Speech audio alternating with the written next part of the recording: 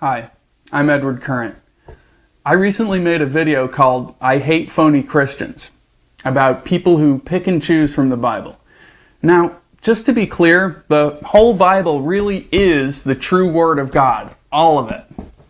But obviously, contrary to what I said, not everything in the Bible is to be taken literally, duh. I'm just sick of godless atheists always quoting embarrassing verses back at us Christians, totally out of context. And you know, I'm starting to realize why people like me are called apologists. We are always apologizing for the Bible being so gosh darn confusing, challenging. But now that we've said we're sorry, we have full license to interpret His holy word with the help of His heavenly guidance. In other words, I'm here to put the Bible into context and tell you what God really meant to say. So, let's start at the beginning. Genesis chapter 1 tells us that God created everything in a week. Well, that's obviously true and literal. How do we know? Because it disproves evolution, which just happens to be a godless blasphemy. Coincidence? Yeah, I don't think so. Genesis also talks about giants that once lived. Well, that's true. They have found skeletons of giants, you know. Some of which were very successful hoaxes. A lot of people believed in them. And you know, if enough people believe in a hoax, the fact that it's a hoax eventually becomes a hoax itself.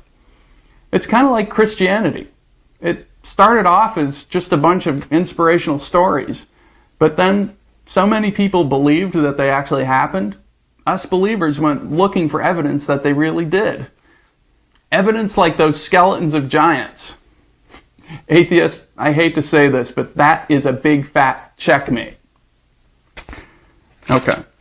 Then there's the flood and Noah's Ark. Okay. Well, Noah's Ark was real. They found pieces of something on that mountain. And the flood had to be real because, well, look at the Grand Canyon, duh. Now, as for this idea that there had to have been millions of animals aboard the ark, you know, it's better if we just don't go there. Same thing with the snake that could talk or the dude who lived in a fish. Let's just not go there. Believe me, your faith will be stronger for it. I'd better fast forward. Okay. Mosaic Law, Leviticus. You have to understand stuff like historical and cultural context.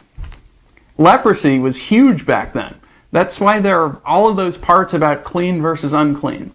And they don't necessarily apply today now that God has given us medicine. Right, wearing mixed fabrics. We have all temperature detergent now. There's a passage saying that if your house has really bad mildew, it should be torn down. Hello, scrubbing bubbles. They do the work of Jesus. So you don't have to. Right. Condoning slavery. Look, back then, people were slaves the same way people today have jobs. Only they didn't have to commute or pick a medical plan. And the performance reviews were brutal.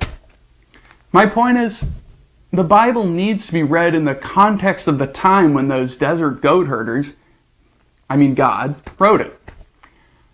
Unless it's about homosexuality. It says right in the Bible that that's an abomination, which is why we need to outlaw gay marriage. God was clearly stating His opinion on that there. Running out of time. Okay. Eat the flesh of your sons and the flesh of your daughters. Slay utterly old and young, both maids and little children. Don't take these direct commands to kill innocent women and children out of context. It's actually just God talking to Himself. Like any parent, it's his right to, flay open his children alive if they misbehave. Oh, and that verse, Mark 16:18, about poison not harming believers, that refers to our souls, not our bodies, see? Duh, you can't drink poison and live.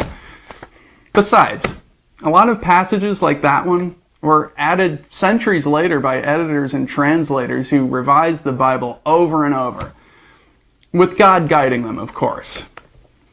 I mean, how could someone sit down and edit the Bible without being guided by the Lord's hand? So, all right, summing up, God haters love to oversimplify the Bible and distort its wisdom through deceptive ignorance. Of course, those are the same people who believe that your great-grandfather was a chimpanzee.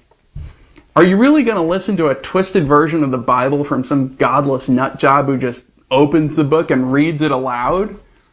No, you need the heavenly guided interpretations of a selfless, learned man of God to sort out its many mysteries. Someone like Pat Robertson, who only wants to save your soul and has no other agenda, political or financial or otherwise. Well, thanks for watching. Keep reading the Bible, but remember, if something sounds wrong or impossible or even evil, don't worry. It's probably just out of context. Good night, and God bless America.